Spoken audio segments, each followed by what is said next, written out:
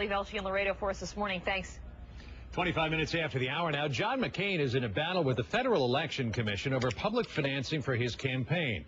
McCain had initially asked for matching funds when it looked like money was drying up, but after wins in New Hampshire and South Carolina, the money came flooding in and he opted out of public financing.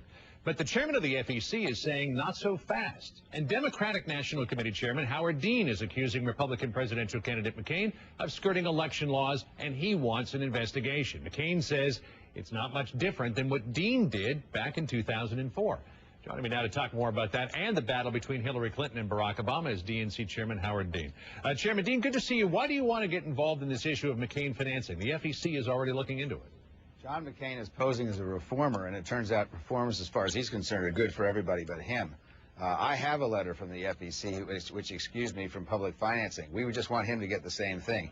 He has benefited, unlike our campaign, from the materially from getting public financing. One, he used the possibility of public financing as a bank loan. Two, he got on the ballot free of charge in a lot of states, and we had to pay for it.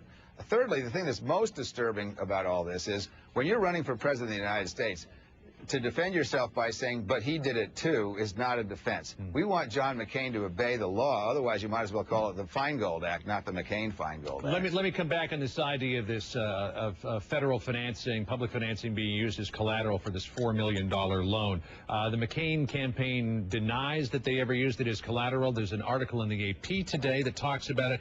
Quotes attorneys for Fidelity and Trust Bank is saying, quote, the bank does not now have, nor did it ever receive from McCain's campaign committee, a security interest in any certification of matching funds. They're saying didn't happen. Not good enough for you? That's not the same thing as saying they didn't use it as collateral. All you have to do is promise to get the public financing in order to use it as collateral. That's not the same thing as a security interest. Look, niggling around the edges is exactly what John McCain does. He says one thing and does something else. He's done it on earmarks. He's fought earmarks and then had two very expensive ones for Arizona, one of which was not even asked for. On and on it goes. He poses as a politician who's not like that, and in fact he is like that. The issue is we have a signed letter 4 years ago that got us out. We just want him to get the same thing. That's what the law says. And he needs to obey the law, particularly since he's posed as a reformer for all these years. Well, we'll see where this goes. The FEC says that he's got to make clear what happened with that loan. The FEC also contending that he needs 4 out of 6 votes from commissioners to allow him to get out. And there are only 2 commissioners right now, 4 vacancies still there. So it may take a while to get this whole thing resolved. But let me